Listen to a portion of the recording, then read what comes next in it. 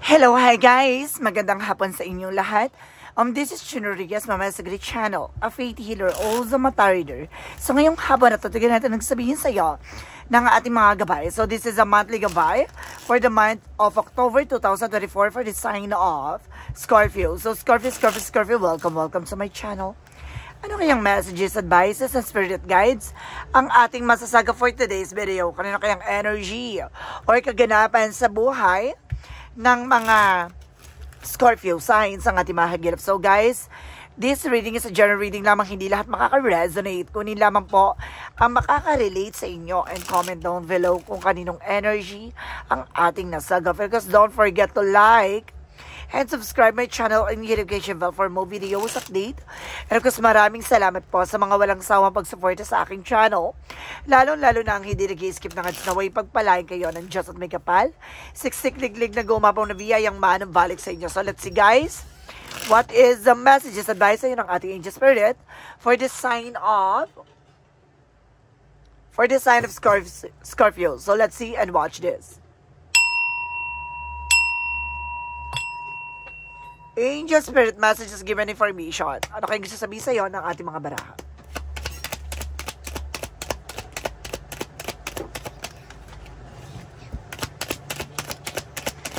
There is a Nine of Pentacles. So this is something blossoming abundance, no? May finances na papasok sa iyo ngayong buwan na to. No, may malaking pera, no, na maaari magtuloy-tuloy. This is a Sun card na bibigyan ng pure positive outcome. Now, this is something success, a winning gain, and this is something victory is yours, no? Parang sinasabi dito na magtatagumpay ka sa laban mo. This is the King of Cups for devoted and supportive person. Now, may taong gumagabay at sumusuporta sa iyo dito. And of course, this is something, the word can represent the travel, success, no? Maaari magsasuccess ka in all aspects, guys, no? So, let's see what is the additional messages. So, this is a Nine of Cups with an offer. It is an offer, proposal, engagement. And this is the Eight of Wands for something trouble talaga, guys. Double clarification tayo, ha? May trouble ka dito. At sinasabi dito, this is something a transaction, communication, messages, an email ka matatanggap. So, let's see what is the Nine of Pentacles. So, this is the Moon card. Wow! This is something a truth reveal. Or either this is something a dream coming true, no? May mga bagay na matutupad na ngayong buwan na to, no? Ngayong October na papasok, maaari magkaroon ng pasabog at bulabog pagdating sa finances. And the Sun card represent the Knight of Pentacles with the security, no? Kumbaga, slowly but surely. Talagang sasabihin sa'yo dito na ipapanalo mo tong laban na to at ipapanalo mo tong eksena na to, no? As soon as possible. No? Dahan-dahan lang siya, pero plakado. So, let's see what is the King of Cups. Represent the Seven of Wands that you are being protected or maaaring ginagabayan ka ng mahal mo sa buhay na yumao, no? Maaaring pinoproteksyonan ka at ginagabayan ka, no? The word can represent the Tower for a major changes, no? May mga bagay na biglaang magbabago at magpapasabog sa eksena mo na magdadala sa iyo ng new beginning and something a success in all aspects, no? The Tower moment na nag-represent the chaos, na maaaring may mga bagay na aalisin, sisirain. Pero this is something a blessing in disguise, no? And the Five of Swords in reverse na represent the fair fight, patas at laban. Na maraming offers sa'yo na maaaring, kumbaga pumabor sa'yo sa situation mo. This is the Ace of Pentacles, no? Nag-represent the big money and big opportunities. Wow! So this is something a message for you that moving forward is coming in for you. Na maaaring magtutuloy-tuloy na ang pasok ng eksena. This is a lot of messages and transactions, no? Maaaring kumbaga magtutuloy-tuloy na rin ang biyahe at gala mo. So the Nine of Pentacles represent the Moon card. Represent the Four of Swords. Oh, this is something an intuition. Tama ang hinala mo, no? This is something an inner voice na pinapakita sa inyo dito na may binibigay mensahe sa iyo yung mga gabay na maaaring matupad mo na at may sakatuparan mo na ang pangarap mo. So, let's see. What is the Sun card? Because the Knight of Pentacles. So, this is the Queen of Wands. By a victory, as at the same time, this is something confidence, no? Kumaga sinasabi dito na the more na kumaga malakas ang loob mo, the more na parang wala kang takot, no? Naharapin yung mga bagay-bagay na yan. Unti-unti mo maisa sa katuparan yung mga pangarap mo, no? Kumbaga, confident is your key to success. The King of Cups and the Seven of Wands represent the Wheel of Fortune. Wow, this is something a good karma. Destiny is yours. Talaga pinapakita dito ang pag-ikot ng kapalaran, no? Ay maaaring ang pag-ikot ng bagong buhay, no? At ibibigay na sa iyo ng ating mga gabay na maaaring protektado ka ng iyong mga gabay at maaaring pinoprotektahan ka ng iyong mahal sa buhay na yumao. Ancestor guides. And of course, the word correct was the Tower moment. Represent the Nine of Swords with a success drive-in, no? Magsasuccess ka na at the end of the time. The Knight of Cups is the Five of Swords in reverse. So this is something an Empress card, no?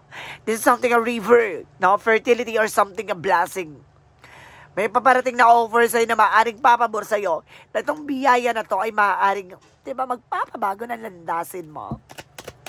The Eight of Wands is the Ace of Pentacles, represent the Ace of Wands, na nag-represent a new beginning and of course, new ideas, ano? And new plans. Kumaga maraming papasabog na darating sa'yo, kumaga marami kang messages and transaction and of course, an information na ihatid sa'yo pagdating sa finances, no? For the outcome. This is a judgment, a wake-up call. Or this is something a divine intervention. No? Paalala sa'yo ng ating divine na you need to pay attention kung ano yung nangyayari sa paligid mo. No? Maaari binibigyan ka ng mensahe with an angel signs, angel synchronicities, or either, guys, this is something, an angel's number. And of course, this is something, an information with a guides, no? For like, example na parang may mga bituin, no? Nakita ka na parang biglang kumislap, no? This is a something sign for you na kailangan mong humiling. Or may mga flowers na nakita ka na kakaibang kulay na nag-represent ng new beginning. No, maaaring binibigyan ka na rin ng mensahe ng mga butterfly. No, this is something, iba-iba klaseng representation, no? Yung parang, iba-iba yung ibig sabihin ng mga kulay ng butterfly or ng paro-paro, no? Iba-ibang ibig sabihin ng mga kulay na yan. Kaya, alamin nyo kung anong kulay na yan. Kung may mga mensahe na nagbibigay sa inyo ng gabay, no? Baka nakikita nyo, paro-paro lagi. O, ibig sabihin, may mensahe yun. So, this is something, the King of Wands, something vision. Unti-unti mo na makikita yung posibilidad. Unti-unti mo na makikita ang pagbabago. This is something, a bigger picture. Oh, wow. So, let's see. Additional messages about sa career. So, this is a strength card. See, I told you so. The confidence is your key to success. And this is something, information na lakas ang pakiramdam mo. And of course, this is something, the Queen of Swords with a success drive, and at the same time, this is something, a mental clarity. And of course, a bigger pictures, no? Talagang pinapakita dito na makikita mo na kagad yung posibilidad. And this is the Eight of Swords, no? Napapalimutan ka ng toxicity sa pagdating sa finances and career. Oh! Pagdating naman sa love life, so this is the full card, no? Dito is a leap of faith, no? Kung magkakaroon ng bago simula, at sinasabi, sinusubukan ng pananampalataya dyan sa isa't isa. And this is something, the Queen of Cups by healing. And the Four of Cups may re-evaluate or analyze, no? Kailangan nyo pag-isipan yung mga bagay-bagay bago kayo mag-take ng action pagdating sa pag-ibig. Kung kailangan yung pag-iisipan ng mabuti, no? Gagamayan para hindi kayo magsisi sa huli.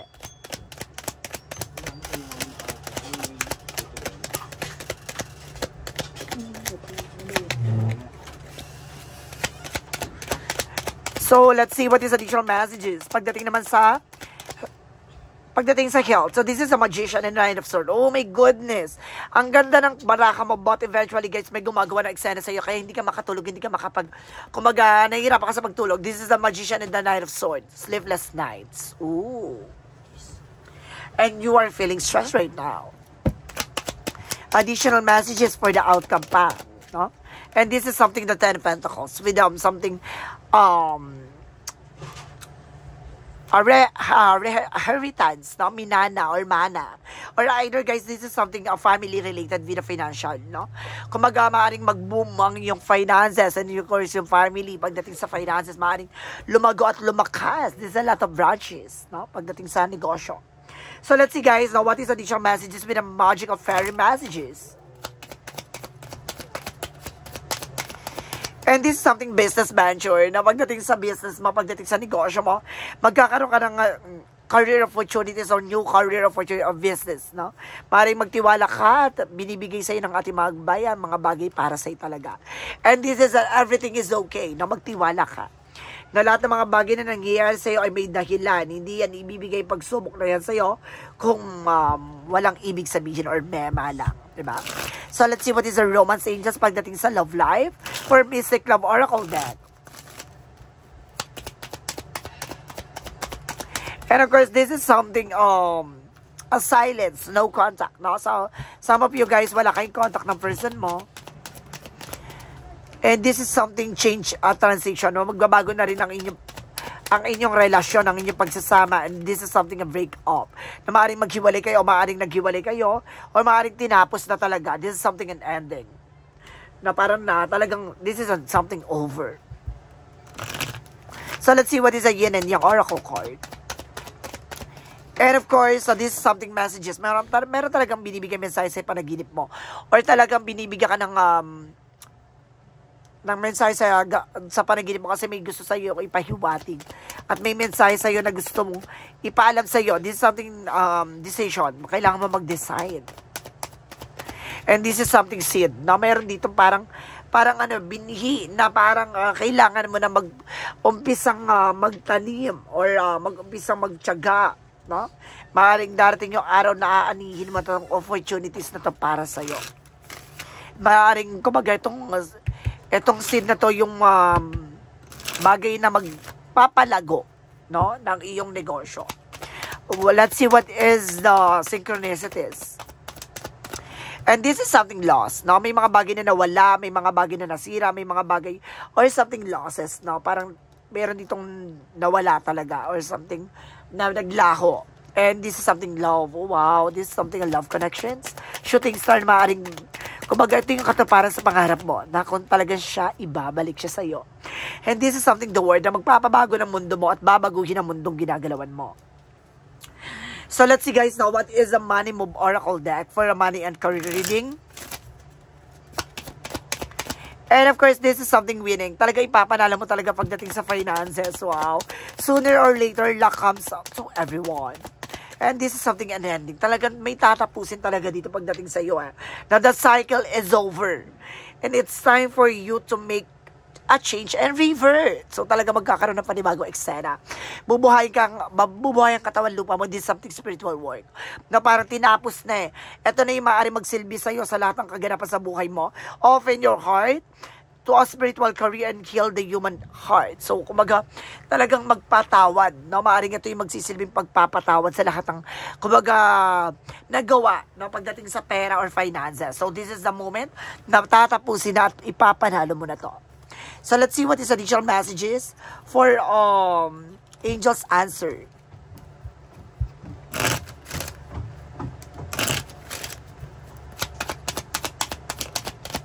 And this is a big happy changes. No? May mga masasayang pagbabago na magaganap sa buhay mo. And because this is something wait. No? Marunong ka mag-antay. And this is something meditation na bring answer. No? Kailangan mag-meditate para masagot lahat ng mga katanungan mo. Kung yung mga gusto magbagay na gusto mong malaman. No?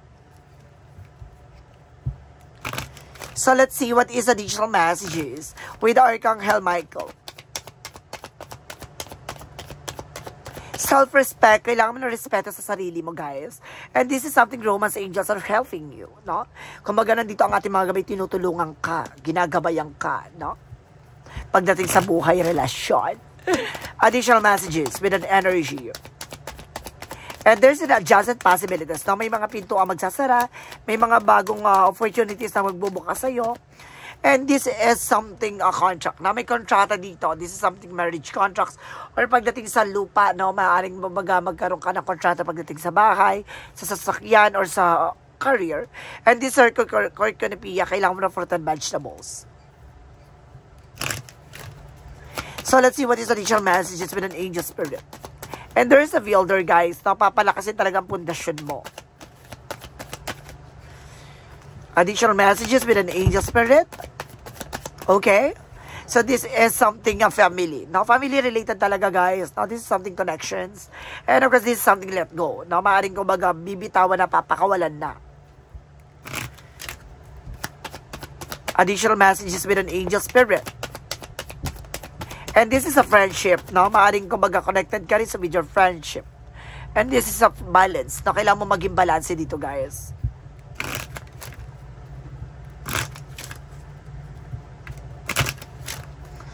Additional messages with an angel spirit. Whale and Orca Elders. So this is something, share your song, frequency of the sound, diving depth. So, ibig sabihin dito, kumbaga, kailangan mong kumawala sa mundong ginagalawan mo. Katulad ng sinasabi ko, unwind. No? Kailangan yung, kumbaga, i-refresh yung utak nyo. And this is something with the haters. Kumbaga, may malalim na pagmamahal at malalim na pinanggagalingan dito pagdating sa buhay pag-ibig. Additional messages. And because this is something bathroom with a cleansing. So, kailangan nyo mag-cleansing, guys. And there's a gift na maraming regalo ang ating universe with a past life na maaaring nakaraang buhay mo na itong yung mga dating binigay sa inyo opportunities. So, maaaring kumbaga, ibalik sa iyo yan. No? This is something change. Unti-unti na mababago. Bibigyang kulay na ang mundong gagalawan mo. And this is something resolution. At masusolusyon na naman problema pinagdadaanan mo. And this is something that you are also survival. No, sa dating buhay mo, maaaring nakasurvive ka sa ganyan. So, this is the moment na makakasurvive ka ulit. So, let's see what is the chakra messages. And there's something forgiveness. Talaga may kapatawaran talaga dito, guys. Kapatawaran, and this is a passion, no? May passion talaga dito. And this is a gratitude. Be thankful, no? Sa lahat ng opportunities na dumarating sa iyo. Pagdating sa buhay, pag-ibig for romance angels, so let's see anong chika sa iyo ng ating mga gabay. And there's a codependency. Addictions are affecting to your romantic life. No, maaaring may mga addictions dito like luho, bisyo, no? Na maaaring nakakasira ng inyong relasyon. And this is a release your ex. Napakawalan mo na ang ex mo, dahil. Huwag ka nagsisink in dyan sa mga nakaraan daw. My goodness, kuya, sir, madam. Archangel Raphael messages. Detoxification, no? Kumbaga paglilinis sa sarili, no? Sa katawan. So, kailangan nyo na mga pang-detoxify, no? Ng mga toxins sa katawan. So, let's see what is additional messages for Monsology. And bring love in this situation, no? Kung mahalin mo kung ano man yung sitwasyon mo. And because this is something, nothing will come this situation. Walang mangyayari sa situation kung hindi ka magtitake ng action. So, let's see what is the Jesus loving quote said. Oh my goodness. Kunin natin yung tamalsik, guys. Represent what things soever you desire when you pray believing that you receive them and you shall have them. No? Yung mga bagay daw na hinahangad mo or pinapangarap mo, maaaring mapapasayo, na maaaring ibigay sa iyo. No? Ipagdasal mo, maniwala ka, ibibigay sa iyo mga bagay na yun ayon sa kalooban ng Diyos. So let's see, guys, now what is the angel's number? Represent what? Angel's number represent what? 7746 perseverance, no? Pagtitiyaga, no? Kailangan mo magtiyaga, no? Sa kung ano man ang mga bagay na ginagawa mo. No? Huwag ka mawawala ng pag-asa, huwag ka mapanghinaan ng loob. Sinasabi sa dito na ipagpatuloy mo lamang yan. There's a need for a change of perspective of whatever has taken over you now. If you want to succeed, you need to keep going down in the road and you're on. Reach for the wisdom within, and then you just know that the right next step is. So, ituturo sa iyo kung ano yung talagang bagay na kailangan gawin mo, at yung mga bagay na karapat dapat gawin mo. No? At yung mga bagay na yon yung magtuturo sa iyo patungo sa tagumpay na tatahakin mo. So, guys, let's see what is the messages of life. Crossing into the light. So, see? Kumaga marami mang path, marami mang mga pasikot-sikot, marami mga skinita na dadaanan, pero at the end of the time, no? Isa pa rin ang tatahakin mo, ang liwanag sa dulo. At sinasabi dito, guys, today I face a new bridge that I must cross on my journey towards inner transformation. Today, like an everyday, I will practice the law of universal love. Thus, I will deal with the current situation in a positive way so that I continue to grow and evolve as I cross this bridge on my towards towards the lights, I am reminded the true meaning of life. So see, kumbaga ngayon na-realize mo kung ano talaga meaning ng buhay, no? Kumbaga marami ka mang pagdaanan, marami mang sakripisyo nangyari sa buhay mo, marami mang dagok yung mga pinagdaanan mo at marami mang pasakit, no? Ang naranasan at naramdaman mo. Pero at the end of the time, lahat ng mga bagay na yan ay may katumbas na kaligayahan at may katumbas na katagumpayan. So magtiwala at maniwala sa mga gawa at mga bagay na ipagkakalob sa iyo at ipagpapala ng ating Diyos na may gawa. So guys, this is a monthly gabay for the month of October 2024 for the sign of Scorpio. So Scorpio, maraming salamat for this wonderful reading. So once again, this reading is a general reading lamang, hindi lahat makaka-resonate. Kunin lamang po makaka-relate sa inyo. And comment down below kung kaninong energy ang ating nasagap. Maraming salamat guys and see you in the next video. Bye-bye and babush!